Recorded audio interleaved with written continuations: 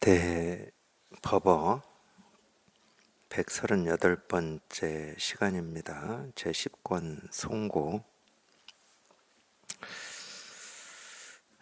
참고로 저희가 이제 대보각선사 어록 5권으로 번역되어 있는 이 어록 중에 지금 하고 있는 거는 5권 중에 제2권입니다. 하필 5권 중에 제일 이렇게 분량이 많고 두꺼운 게 대보각선사 어록 중에 2권인데, 이권은 7권부터 12권까지 돼 있어요. 그 6권을 우리말로 번역을 해서 이제 한 권으로 낸 건데, 저희가 지금 10권을 보고 있습니다. 138번째인데 아직도 10권 하고 있으니까 한 반 한 거다고 봐야 되잖아요. 반 정도 지금 하고 있는데 언제 끝날지는 모르겠어요. 저도 언제 끝날지는 모르겠는데, 제가 송고하면서는 이번 시간에는 어떤 가르침이 나올까 하고 도반들하고 이번 시간에 어떤 가르침을 공부할까 뭐 이런 기대 같은 게 약간씩 있습니다. 재밌는 게 꽤 나오기 때문에 그런 기대하는 마음이 조금은 있어요. 오늘은 22 조주 1 할 차례입니다. 조주 지난 시간에도 조주를 했는데 왜 1이라고 쓰여 있죠? 지난 시간에 여기서 한 게 아닌가? 헷갈려 죽겠네. 수요일에 체험자법회에서 했나 보네요. 하여튼 뭐 저희가 이제 이 선의 가르침 가지고 법회를 하다 보니까 이 선사들의 가르침이, 예를 들면 이제 대법어 같은 경우에서도 이제 선사들의 가르침을 하도 인용을 많이 해서 말씀을 하시니까, 이 대법어에서 봤던 게 뭐 선문염속이나 연등회요를 교재로 가지고 하다 보면 이렇게 겹칠 때가 있더라고요. 많이 겹치죠. 실은 많이 겹칩니다. 22 조주 1, 조주가 24시를 부리다. 이건 선문염송 425칙에 나오는 내용입니다. 조주에게 어떤 스님이 물었다. 24시간 내내 어떻게 마음을 사용합니까? 조주가 말했다. 그대는 24시간에 휘둘리지만 노승은 24시간을 부린다네. 그대는 어떤 시각을 묻는 것이냐? 질문은 이거예요. 24시간 내내 어떻게 마음을 사용합니까? 분별할 때는 뭐 대표적으로 궁금한 내용 중에 하나가 이 내용이죠. 하루 일상생활에서 마음을 어떻게 사용해야 되냐, 마음을 어떻게 써야 되냐, 뭐 이게 분별할 때는 가장 뭐 핵심적인 내용이다 이렇게 생각하실 겁니다. 그러니까 우리가 분별 속에 있을 때는 이제 그거를 이제 불교에서는 다 고라고 얘기를 했지만은, 어떤 자기도 모르게 끊임없이 어떤 선택을 해야만 하는 상황에 놓이기도 하고, 이 선택이라고 하는 건 스트레스잖아요. 옳고 그름을 자기가 따지고 헤아려서 골라야 되는데, 근데 골랐을 때 마땅히 이 사회라고 하는 것은 거기에 대한 책임도 상황 어떤 일에 따라서 책임지는 게 다 다르겠지만, 어떤 경우에는 이 법적인 책임도 져야 되는 상황이 오잖아요. 민형사상의 책임 또는 도덕적 윤리적인 책임, 또는 이 자기 삶이 조금이라도 나아지느냐 후퇴하느냐 이런 책임. 그래서 그런 이 선택의 상황이 당연히 이 분별 세계에서는 스트레스고 번뇌입니다. 그렇다고 뭐 선택을 안 하고 사는 게 옳은 거냐, 또 그럴 수도 없을 거잖아요. 그런 질문도 많이 들어요. 시비하지 않는다. 이 깨달음의 삶은 시비하지 않는다. 그러면은 이렇게 끊임없이 이렇게 선택을 해야 되는 상황이 오는데, 그러면 깨달은 사람은 그냥 선택을 안 하고 다 그냥 이리 되든 저리 되든 다 받아들이는 거냐, 뭐 이런 식으로. 깨달은 사람도 선택합니다. 저 오늘 대전법회 올 때 버스 타고 올 건지 두 반 차로 같이 올 건지 뭐 시시각각 선택의 기로입니다. 물론 제가 안 해도 돼요. 그냥 선택되어진 걸 그냥 그대로 그냥 몸이 가서 하기만 하면 돼요.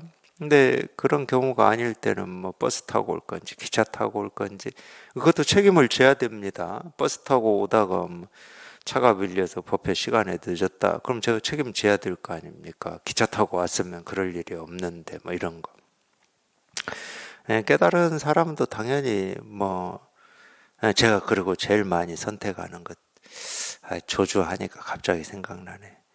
점심 뭐 먹고 저녁 뭐 먹을지 제일 많이 선택하는. 주로 이제 도반들하고 같이 밥을 먹다 보니까 아마 제일 많이 선택하는. 조조가 그런 말을 했어요. 여기서는 뭐 24시간을 부린다 이렇게 나왔는데, 제가 읽은 것 중에 기억나는 것 중에 자기는 하루 두 때 빼고는 24시간을 부린다고 그랬어요. 그 두 때가 아침에 죽 먹고 저녁에 점심에 밥 먹을 때라고 그랬거든요. 물론 이제 뭐 조주 스님이 얘기한 뜻하고 제가 지금 얘기하는 뜻이 뭐 다를 수는 있겠지만, 저도 두 반들하고 밥집 어디 갈까 이때는 늘 뭐 먹지 이런 생각하고 고민하고 그리고 뭐 제가 선택도 못 해요. 말만 고민한다고 그러지 뭐 먹지 하기는 해. 근데 한 번도 뭐 제가 어디 뭐 먹자 뭐 이래 본 적이 없어요. 최근에 한 번 했어요. 옆에서 누가 코치를 해가지고 강력하게 추천합니다 하고 제가 식당을 단톡방에 추천한 적은 있어요. 근데 그때 마침 어느 도반이 거기 갔으면 하더라고. 그래서 제가 대신 해준 거지, 대신. 밥집이 빨리 정해지는 게 편하더라고. 정해지기 전까지는 계속 갈등 상황인데. 선택합니다. 깨달음의 삶도 매 순간 선택해요. 선택하는데 그 선택에 아까 얘기한 대로 어떤 책임이라고 해야 되나요? 그 책임에 대한 생각이 없는 것 같아요. 물론 이것도 맞지는 않는데 선택에 스트레스가 없다고 해야 되나. 하여튼 이 밥 두 때 말고는 선택하는 거에 이 스트레스나 갈등이 없어요. 뭐 그렇게 중요하지도 않아. 어떤 삶의 어떤 가치나 의미로 무게로 딱 이렇게 기울어져 있지도 않아요. 보면은 그렇게 됩니다. 자꾸 하고 안 하고를 선택해야 되는 것처럼 이렇게 생각을 하는데 깨달음의 삶도 뭐 하는 걸 선택한다고 해서 무슨 무거움이 있거나 안 하는 걸 선택한다고 해서 무슨 가벼움이 있거나 그러지는 않습니다. 그냥 똑같아요. 그냥 똑같아. 이제 분별할 때는 갈등이 되는 것은 이 낫고 못하고가 있기 때문에 그래요. 근데 밥 먹는 건 낫고 못한 게 좀 있어요. 그래서 제가 조주까지 끌어들여서 제 얘기 해드리는 겁니다.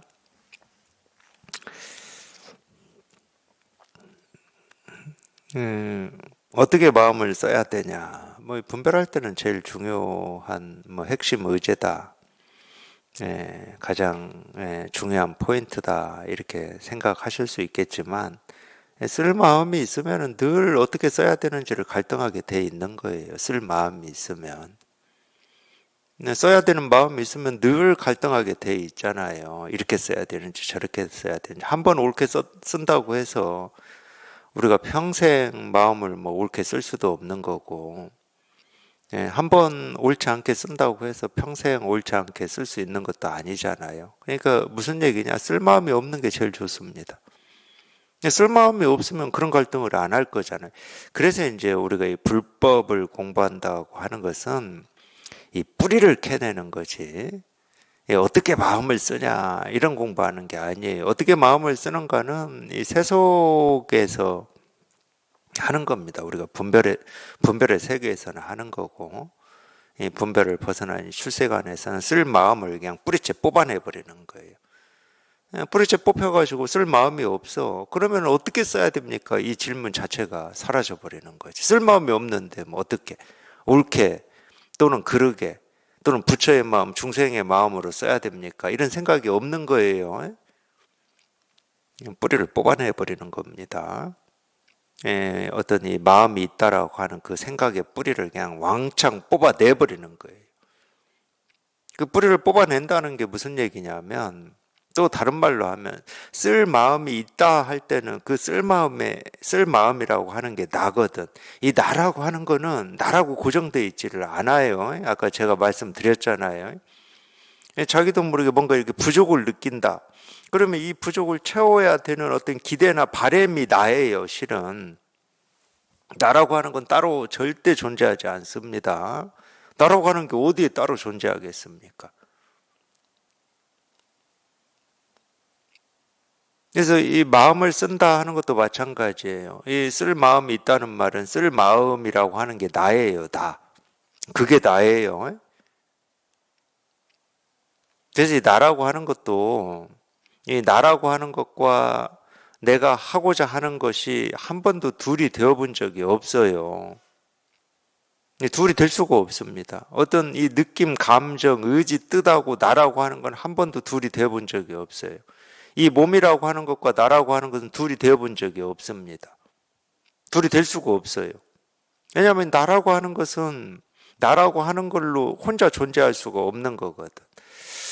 이거 참 이해해 보려고 제가 어쨌든 이제 불법을 제가 선을 공부하기 전에도 어떤 깨달음에 대한 관심은 있었기 때문에 어떤 때는 어떤 영적인 뭐 이런 가르침을 얘기하는 이 서양이나 인도의 성자들이라고 하는 분들의 가르침을 읽어보면 이 가슴이 훈훈하기도 하고 벅차기도 하고 뭐 이런 면이 있잖아요. 근데 그걸로만은 못 깨달아지니까 또 주제넘게 어떤 이론서 있잖아요. 불교 이론서. 불교 이론서에 또 관심이 가서 이제 읽어보거든요. 근데 제가 이론서라고는 했지만은 지금 생각해 보면 굉장히 굳이 얘기하면 철학서적이었어요. 철학서적. 지금 생각해 보면. 그러니까 그 처음 보는 개념들을 설명해 놓은 거를 나름 이해해 보려고 참 고생했던 기억이 있어요, 제가. 그게 이해가 되고 그걸 알아들어야 어떤 불교를 더 많이 아는 것 같고 깨달음에 가까워지는 것 같은 이런 착각이 있었기 때문에 그냥 모르는 말을 이해해 보려고 참 애를 썼어요. 그 참 쓸데없는 짓이었는데, 물론 쓸데없는 짓이었어요. 근데 그 중에 제가 기억나는 것 중에 하나가 그 책에서 아와 아소라는 표현이 나와요. 아와 아소. 물론 이 소자는 바소자예요. 뭐 하는 바 뭐 이런 건데 이 두 가지를 아는 뭐고 아소는 뭐를 이렇게 설명을 해놨는데 도대체 무슨 말인지를 못 알아듣겠어요. 알아들을 방법이 없어 저는. 나름 막 진지하게 막 알아들으려고 했거든. 근데 저희가 분별해서 벗어나 보니까 아와 아소라고 하는 거는 그렇게 어려운 말이 아니었어. 왜 이렇게 어렵게 써놨는지를 모르겠어. 그 책에서도 아무리 이론서고 철학서다 하더라도 그러니까 자기도 잘 모르는 사람이 써놓은 거야. 제가 볼 때는 못 깨달은 사람이 이론적으로만 교리적으로만 공부해서 써놓은 거야. 그러니까 어렵게 얘기할 수밖에 없지. 아와 아소라고 하는 것은 굳이 뜻으로만 설명하면 아는 당연히 나자니까 나죠. 아소는 나의 것이라고 해도 좋고 어떤 나라고 여기는 어떤 것이라고 해도 좋아요. 그건 어떤 내 생각이다, 느낌이다, 감정이다, 몸이다, 어떤 기대다, 바램이다, 뜻이다. 이게 소거든. 근데 이걸 왜 이렇게 어렵게 설명해야 됩니까? 아와 아서는 둘이 될 수가 없어요. 우리가 편의상 나누는 말이에요. 나라고 하는 건 실체가 없거든. 우리가 자꾸 아상아상 그러는데 이 아상이라고 하는 것은 어떤 대상에 가서 붙지를 않으면 아상이라고 할 만한 게 없어요. 나라고 하는 그거를 이론적으로 설명하면 그런 거야. 나라고 하는 게 어떤 대상에 붙었을 때만 거기에 아상이 있는 거거든. 거기에 내가 있고 내가 바라는 바가 같이 있는 거거든. 붙을 어떤 게 없다 그러면 내가 없어. 내 바람이나 느낌, 감정이라고 하는 거에 이렇게 붙어야 그게 진짜인 것처럼 우리가 느껴지고 그것 때문에 뭐 화가 나거나 미워하거나 원망하거나 더 뭐 감격이 있거나 이렇게 되는 거잖아요. 거기에 다 있는 거지. 나라고 하는 건 따로 없거든.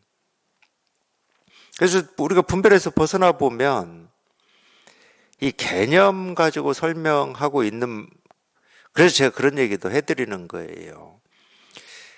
먼저 뭐 불교 뭐 그럴 도반들 안 계시겠지만 뭐 불교의 교리라든지 경전이라든지 그 교리 경전은 읽어보면 그냥 모르는 개념들이 너무 많아요. 우리가 그런 공부하고 산 사람들이 아니잖아요.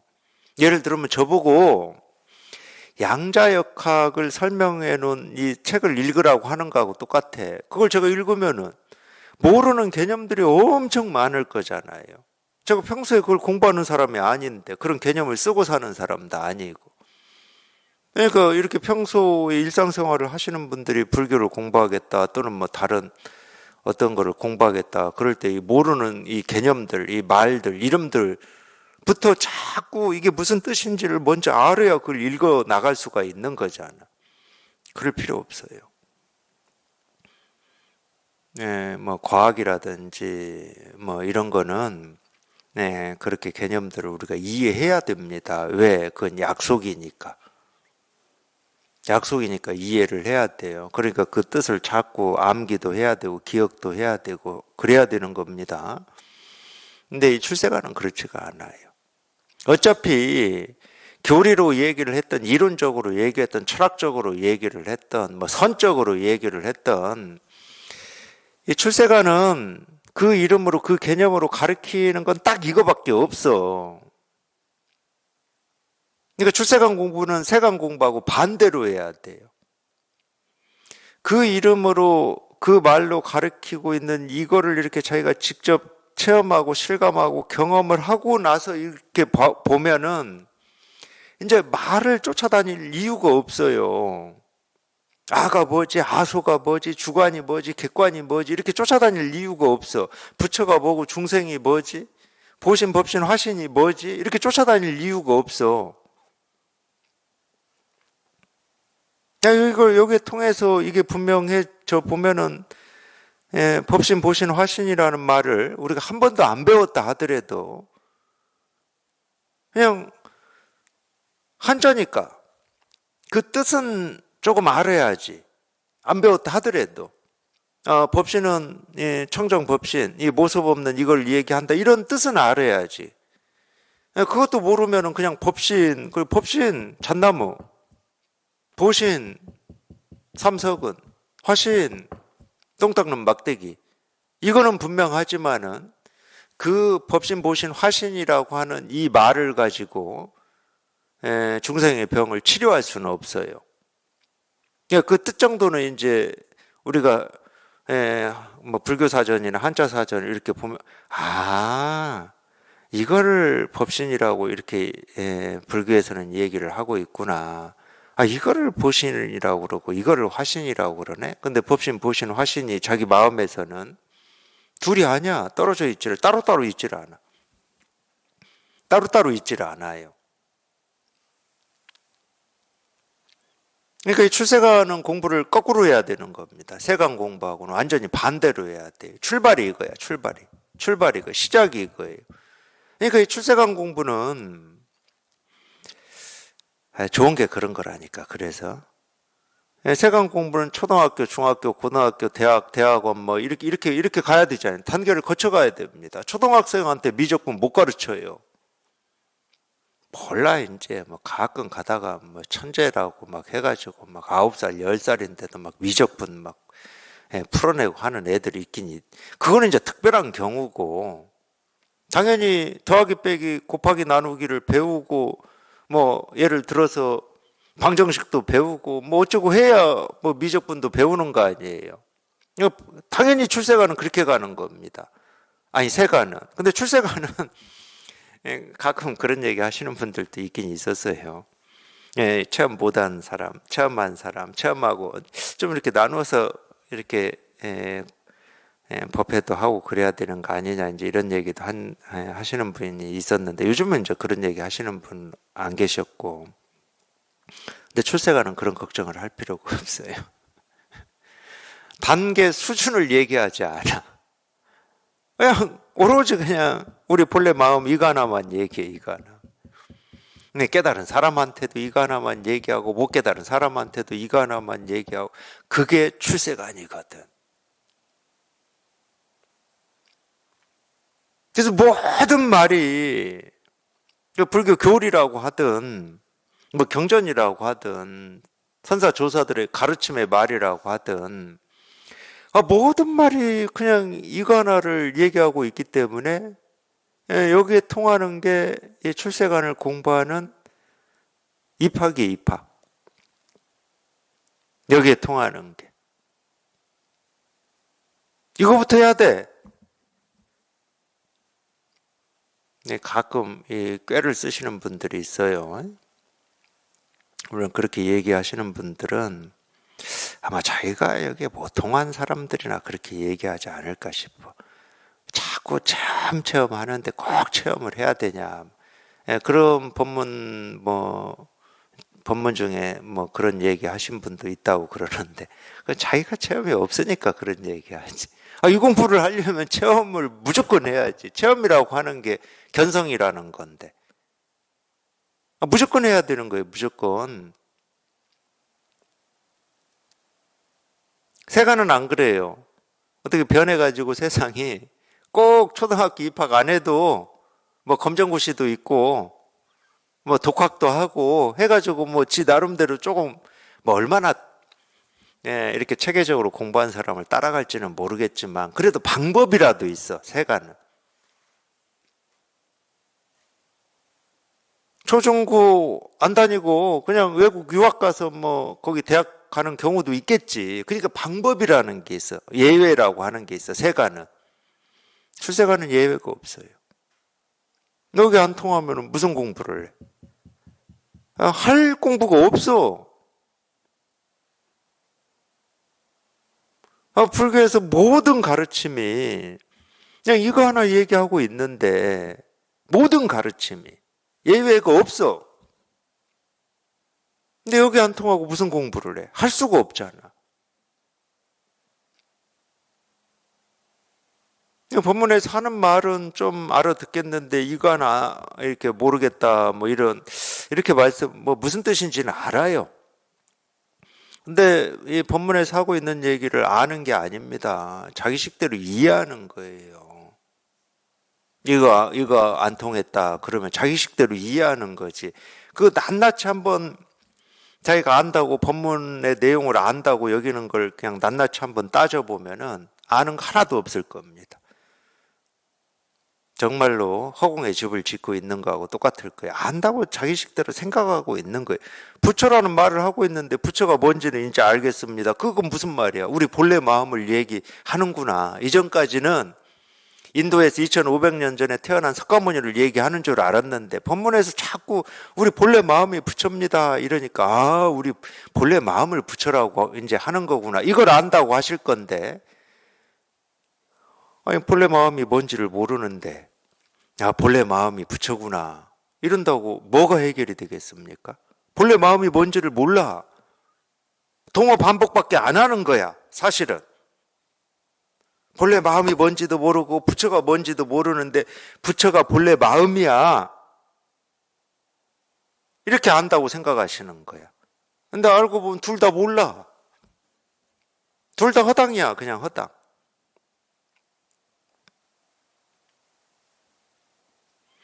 본래 마음이라고 하든 부처라고 하든 일체유심조라고 하든 색즉시공 공즉시색이라고 하든 전부 이 말 없는 말할 수 없는 모습 없는 이거 하나를 가리키는 말인데 법신 보신 화신도 마찬가지예요. 뜻으로는 분명히 다 차별이 돼요. 뜻으로는 법신 보신 화신 다 차별이 됩니다.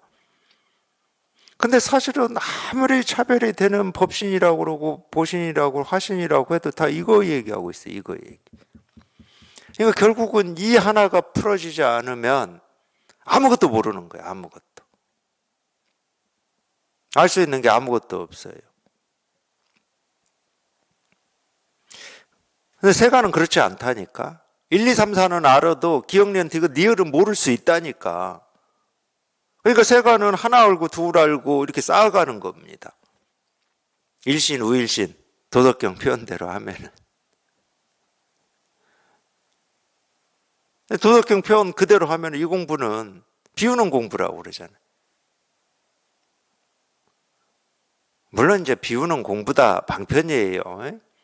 비우는 공부라고 하는 게 뭐냐?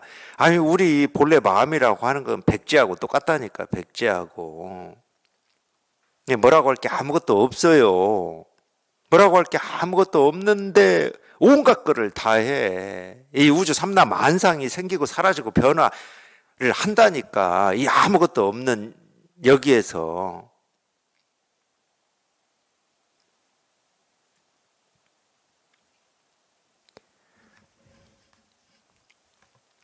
이 저주가 24시간을 부린다고 그러잖아요. 이 부린다고 그럴 때는 내가 주체가 되고 주도를 해서 이 24시간을 내 마음껏 내 뜻대로 내 의지대로 이렇게 쓰는 거냐 사용하는 거냐 그런 말이 아닙니다. 그리고 부리는 게 아니에요. 그거는.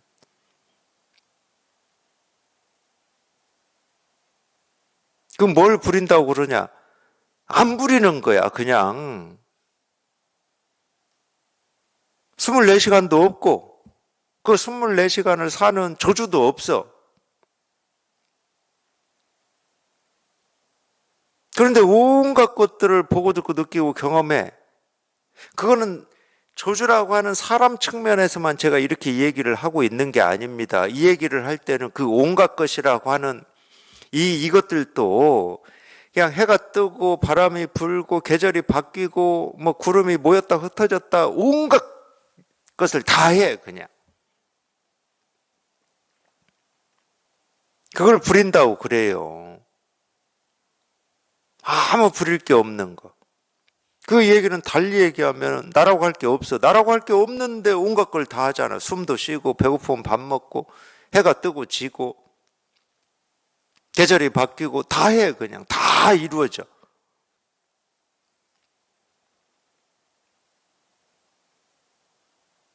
그럴 때는 아무 걸림이 없죠.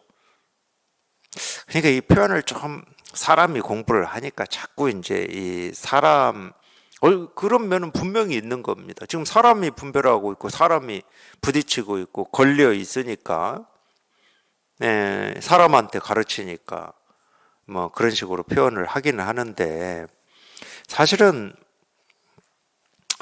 그냥 어찌 보면은 이 세상이라고 그럴 때는 사람도 포함이 돼 있는 겁니다. 뭐 사람은 이 세상하고 별개의 존재일 수가 없잖아요. 그냥 우주 삼라 만상이 아무 거리낌 없이 아무 장애 없이 온갖 것을 다 한다. 이렇게 표현하면 돼요. 실은. 근데 도가 뭐냐? 잣나무다. 제가 그렇게까지 얘기를 했잖아요. 어쩌면은 우리가 이렇게 사람으로 뭐 그런 어떤 이 사람으로 태어나서 사람으로 사는 거에 대해서 뭐 제가 뭐 어떤 이 의미나 가치를 뭐 이렇게 축소하라 이런 말 하는 거 아닙니다. 정말로 이 사람으로 태어나서 사는 게 의미 있고 가치가 있으려면 한번 보세요. 우리는 늘 뭔가 부족하고 바라는 게 있고 더 나아져야 되고 어떻게 살아야 되고 죽어서 어떻게 되고 하여튼 이런 고민들 이런 갈등들을 하잖아요. 그래서 뭐 발전이 있다 이렇게 생각을 뭐 하실지는 몰라도 이 세상은요 한 번도 그런 생각 안 하는데 모든 걸 다 했잖아. 우리 숨쉬게도 했고 목마를 때 물도 마실 수 있게 해줬고 뭐 하늘이 푸르기도 하고 비도 오고 눈도 내리고 계절도 바뀌고 꽃도 피고 열매도 맺어주고 온갖 것을 다 했잖아. 그러면서도 우리가 사람의 모습으로 이 몸을 가지고 태어났다는 이유 하나만으로 저것들보다 낫다고 할 수 있어요? 이런 무정물보다 더 낫다고 할 수 있습니까? 그래서 진짜로 자기 삶에서 그런 의미, 가치를 찾으려면은 이 무정물이라고 하는 이런 사물조차도 다 하고 있는 그거를 사람인 자기 스스로가 한번 당연히 깨달아 봐야 되는 거지. 얘들조차도 하고 있는 거를 사람인 자기 스스로가 깨달아 봐야 되는 거지.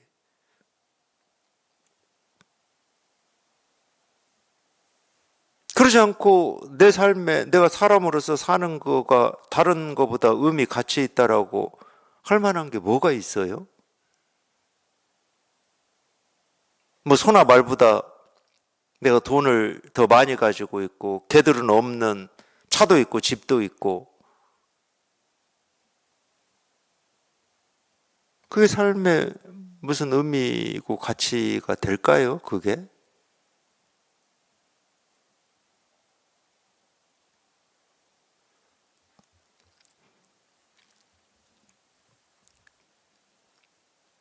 부린다는 뜻은 그런 말이에요. 동양사상으로 얘기하면 하늘의 뜻이에요. 하늘의 뜻.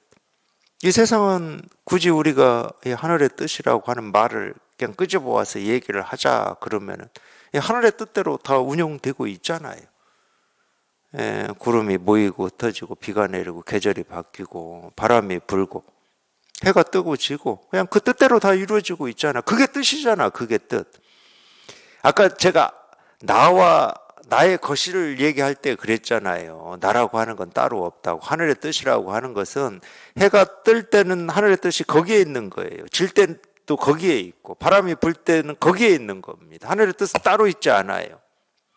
뭐 천명이라고 하죠. 한자로는.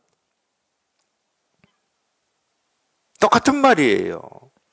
그냥 우리가 보고 듣고 느끼고 경험하는 하나하나에 자기가 그토록 찾고 구하고 얻고자 했던 이걸 이름을 뭐 실상이라고 하고 부처라고 하고 깨달음이라고 하고 본래 마음이라고 하고 뭐 온갖 이름으로 부르고 있는데 그게 있으면 거기에 있는 거지 어디 따로 있겠습니까?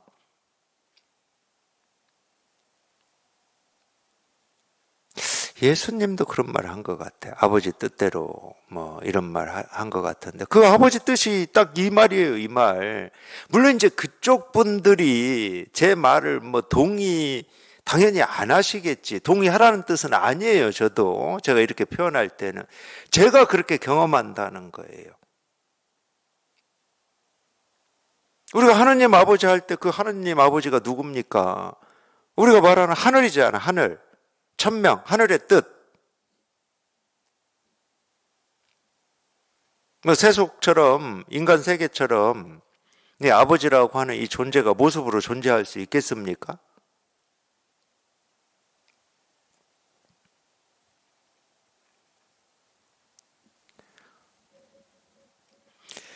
그 신비를 경험하시게 될 거라니까. 내가 보고 듣고 느끼고 경험하는 이 삶의 하나하나가 내가 그토록 찾고 구하고 얻고자 했던 어떤 삶의 의미, 가치, 어떤 삶의 본질, 그거를 뭐 돈이 깨달음이 실상이니, 뭐 진리니 진실이니, 뭐 이러면 그냥 수백 수천 개로 얘기할 수 있는 거고, 그 이름 빼고, 그러니까 지금 당장 보고 듣고 느끼고 경험하는 걸 떠나서 따로 없어. 따로 찾아야 될 이유도 그냥 사라져 버렸어요. 사라져 버렸어. 더 나은 삶이 어떤 건지 이런 걸 이렇게 목마름을 가지고 갈구를 했었는데 그게 사라져 버렸어. 그냥 말 그대로 그냥 이 뜻대로 부린다는 표현이 그 표현이라고 제가 계속 말씀드리잖아요. 그냥 뜻대로 되고 있는 거야. 뜻대로. 그 어떤 일도.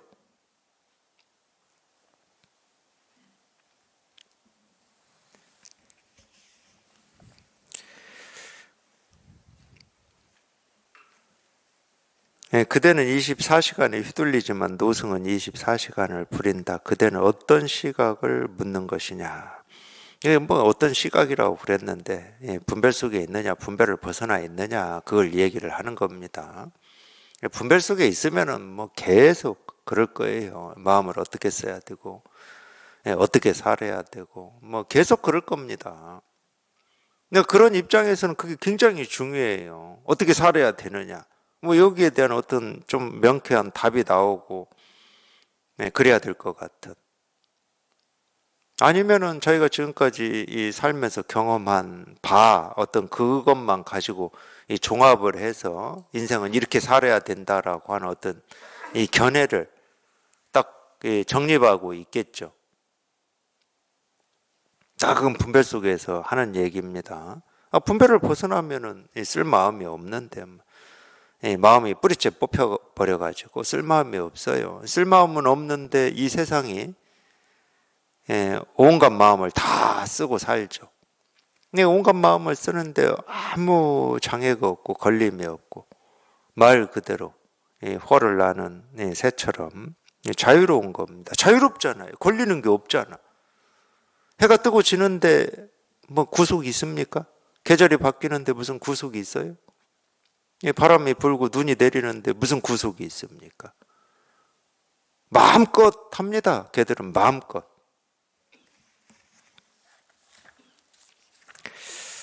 대가 송했다. 24시간을 부릴 수 있다더니 오라고 부르고는 다시 가라 하네. 관가의 세도를 끼고서 사람을 속이니 아득하여 의지할 만한 근본이 없구나. 24시간을 부릴 수 있다더니 오라고 부르고는 다시 가라 하네. 이제 오라 가라 하는 거는 당연히 뭐라고 해야죠? 굳이 얘기하면 이제 오고 감이 있는 거잖아요. 오라고 부르고 다시 가라고 하는, 이제 오라 가라 하는 건 여기에서는 전부 이제 가르침을 얘기를 하는 건데, 가르침을 얘기를 하는 거잖아요. 어디서 왔느냐? 뭐 성남에서 왔습니다. 성남의 풀은 무슨 색이냐? 뭐 노란색입니다. 뭐 이런 식으로. 오라 가라 하는 건 전부 이제 가르침을 얘기하는 거예요. 방편이죠. 방편으로는 뭐 부처를 얘기하고 중생을 얘기하고 진실함을 얘기하고 허망함을 얘기하고 다 얘기합니다. 진실함을 얘기하고 허망함을 얘기할 때도 진실함에는 진실함이 없고 허망함에는 허망함이 없기 때문에 다 얘기할 수가 있어요. 오라고 부르고는 다시 가라 하네. 관가의 세도를 끼고서 사람을 속인다. 관가의 세도라는 말은 우리가 뭐 어쨌든 이 권력의 유세잖아요. 이런 게 관가의 세도다. 뭐 이런 뜻이 이제 권력의 유세, 권력을 믿고 이제 힘을 쓰는 거잖아요. 참 희한해요. 모든 힘은 사실은 사람한테서 나옵니다. 우리가 이제 권력이 있고 돈이 있다는 것은 자기 뜻대로 자기 의도대로 부릴 수 있는 사람이 많다는 거예요. 그게 힘이잖아요. 그렇지 않습니까? 그러니까 모든 힘은 사실은 사람한테다. 우리가 사람이니까, 사람 세상이니까. 물론 사람한테 나오지. 돈에 있는 건 아니지. 그 돈으로 자기 뜻대로 움직일 수 있는 사람을 그 돈으로 사는 거지. 그게 이제 어떤 이 관가의 세도잖아요. 권력의 힘이 그거잖아요. 그러면 이제 우리가 이제 이 법에서는 불법에서는 이 관가의 세도라고 하는 것은 부처님의 유세, 부처님의 유세를 끼고 부처님의 유세는 가르침밖에 없잖아요. 이제 그렇게 지금 그런 식으로 뭐라고 비유라고 해야 됩니까? 그러니까 이게 직접적으로 표현을 안 해요. 저희 같으면 관가의 세도를 끼고서 사람을 속인다고 얘기하겠습니까? 굳이 뭐 얘기한다고 하면 직접적으로 얘기하죠. 어떤 이 부처의 가르침이라고 하는 힘으로 부처의 또는 가르침이라는 말로 사람을 속인다 이런 식으로 직접 얘기하겠지. 근데 어떤 때는 그렇게 직접 얘기하는 것보다 이렇게 좀 시적으로 돌려서 얘기하는 게 재미는 있어요. 재미는 이런 재미에 빠지면 안 되는데 어쨌든 이 부처의 가르침이라고 하는 뭐 그거를 끼고서 사람을 속인다. 당연히 사람을 속이는 겁니다. 물론 이제 속인다고 그러면 뭐 속이는 측면만 있는 건 아닌데 예를 들어서 제가 뭐 그렇다고 속일 의도가 있는 것도 아니고 제가 뭐 깨달음을 얘기하고 부처를 얘기하는 건 다 사람을 속이는 겁니다. 왜? 부처라고 이름을 얘기하고 있지만 부처라는 이름에 해당하는 뭐가 없거든. 그다음에 중생이라고 얘기하고 있지만 중생이라고 하는 뭐가 없거든. 뭐가 없는데 부처를 말하고 중생을 말하고 깨달음을 말하고 어리석음을 말하고 색즉 시공을 말하고 공즉 시색을 말하니까 우리가 그런 측면을 속인다고 할 수가 있어요. 뭐 부처가 있는 것처럼. 그렇게 항의하시는 분들도 있어. 여기 이렇게 통하고 저한테 그렇게 항의해. 제가 뭐 부처니 중생이니 깨달음이 어리석음이 이런 말을 할 때 자기는 이 부처와 깨달음이라고 하는 게 있는 거라고 제가 얘기를 했기 때문에 있는 거라고 생각을 했었다고. 근데 자기가 체험을 해보니까 있는 게 아니니까 선생님이 여태 자기를 속였다고. 물론 이제 없는 걸 얘기를 했으니까 뭐 그런 측면이 좀 있을 수는 있지만 제가 속였습니까? 저는 안 속였어요. 저는 부처는 이름이 부처지 부처라고 할 게 없다. 깨달음은 이름이 깨달음이지 깨달음이라고 하는 이름에 상대되는 어떤 것이 없다라고 늘 말해드렸거든. 근데 이 말은 못 듣고 부처 깨달음이라는 말만 자기가 들은 거야. 뭐가 부처 깨달음이라고 하는 뭐가 있어. 이걸 내가 아직 못 통했어. 이거 통해봐야 되겠어.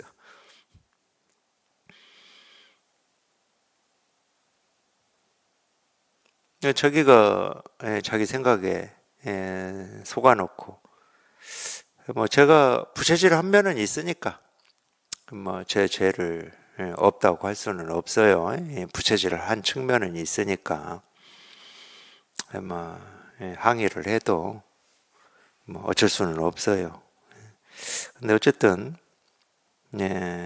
자기가 체험을 하고 보니까 속였다고 그렇게 하시는 분이 있어요. 물론 일시적으로는 그런 생각, 그런 감정이 들 수도 있고 그 측면만 느끼지는 않으니까 이제 저희가 체험하고 들어보면 자기가 그 전에 들은 법문에서 제가 부처는 이름이 부처지 부처라고 할 게 없다. 이 깨달음이라는 이름은 가서 붙을 데가 없다. 이렇게 가르치고 이렇게 얘기한 게 그때서야 들려요.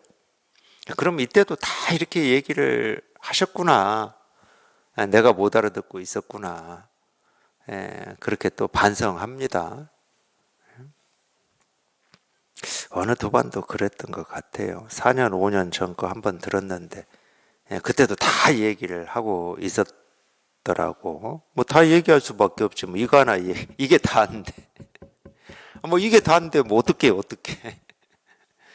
이게 다인데. 광가의 세도를 끼고서 사람을 속이니 아득하여 의지할 만한 근본이 없구나. 또 계속 이 말 하고 있잖아요. 저하고 똑같은 말 하고 있잖아. 아득하다는 말은 볼 수가 없다는 말이에요. 안 보인다 이 말이에요. 생각으로 헤아려서 뭔지 이렇게 잡을 수가 없다 이 말이잖아요. 우리가 아득하다라는 말은 그런 말이잖아요. 분별되지 않는다. 의지할 만한 게 없다. 이 깨달음이라는 이 말이 가서 붙어야 이렇게 의지가 되지. 그렇지 않습니까? 예를 들어서 외로움이라고 하는 게 객관적으로 존재한다고 쳐요. 두려움, 외로움 이런 게. 근데 거기에 내가 가서 붙지를 않으면 객관적으로 존재하는 외로움, 두려움이 무슨 힘이 있습니까? 내가 가서 붙지 않으면 있는지 없는지도 모를 건데. 그걸 우리가 의지라고 그러는 겁니다. 물론 이 의지라는 말은 집착이라는 말하고 똑같아요. 딱 붙어버렸어요. 그걸 내 감정, 내 상황이라고 그냥 그게 내 현실인 거야. 그걸 우리가 집착이라고 그러고 의지라고 그래요. 근데 아득해가지고 이거는 아득하다는 말은 헤아릴 수가 없고 알 수가 없고 모습이 없어가지고 의지할 만한 근본이 없어. 부처의 가르침이 그런 거예요. 관과의 세도를 끼고서 사람을 속이는 말을 하긴 하는데 이 속이는 말이 전부 가르침이잖아요. 이 가르침이라고 하는 거는 아득해가지고 분별이 되지 않기 때문에 이 가르침의 말에 해당하는 어떤 게 없어. 이 뜻이 없어, 뜻이. 이 근본이 없어. 사람은 근본이 있어야 되는데 이 공부는 근본이 없어가지고 이거 근본이 없어요. 참 이런 거 보면은 물론 이제 이런 걸 우리가 안목이라고 그래요. 안목. 조주에 24시간을 부린다. 이 한마디를 보는 눈이라고 눈이죠. 그 한마디를 보는 눈입니다. 이런 거 보면은 참 안목이라고 하는 게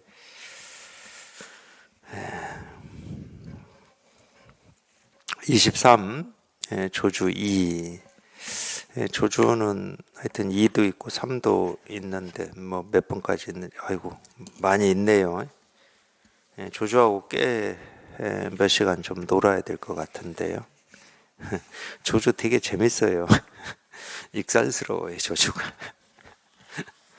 되게 익살스러워가지고 조주가 수요를 방문하다. 근데 큰일 났네. 하여튼 연등해온 지 지금 선문염송인지 둘 다 지금 제가 법회를 하고 있거든요. 그 둘 중에 하나도 지금 조주하고 있어요. 조주. 겹치네. 재밌는 것도 한 번만 해야 되는데 똑같은 걸 대전에서 한 번 하고 다른 데서 한 번 하고 똑같은 걸.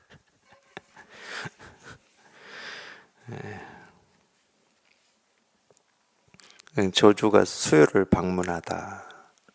이거는 선문염송 424칙에 나오는 체험자법회에서 하고 있구나. 체험자법회가 지금 400대 이 칙을 하고 있거든요. 500칙까지 일단 있는데 지금 410몇 칙 이렇게 하고 있거든요.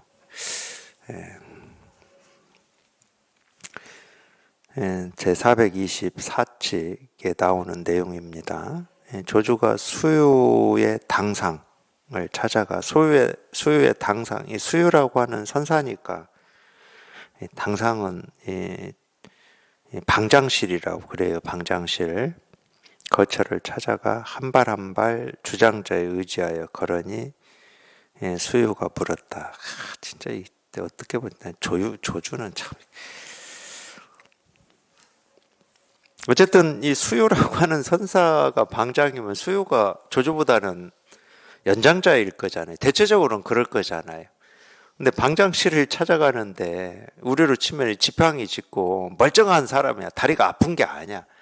멀쩡한 사람이 지팡이에 의지해가지고 한 발 한 발 이렇게 못 걷는 사람처럼 그렇게 걸어서 이렇게 지금 방장실로 가고 있다는 거예요. 이게 참 재밌는 사람이에요. 조조 참 즐거운 사람이에요. 그러니까 수유가 물었다. 무엇을 하십니까? 조슈가 말했다. 물을 찾습니다. 수유가 말했다. 여기엔 한 방울의 물도 없는데 무엇을 찾습니까? 이에 조조는 주장자를 벽에 기대어 놓고는 곧 내려갔다. 그러니까 지팡이가 필요 없어. 지팡이가 필요 없는데 조조 이거 수요를 방문하다는 다음 시간에 해야 될 것 같습니다. 시간이 돼가지고.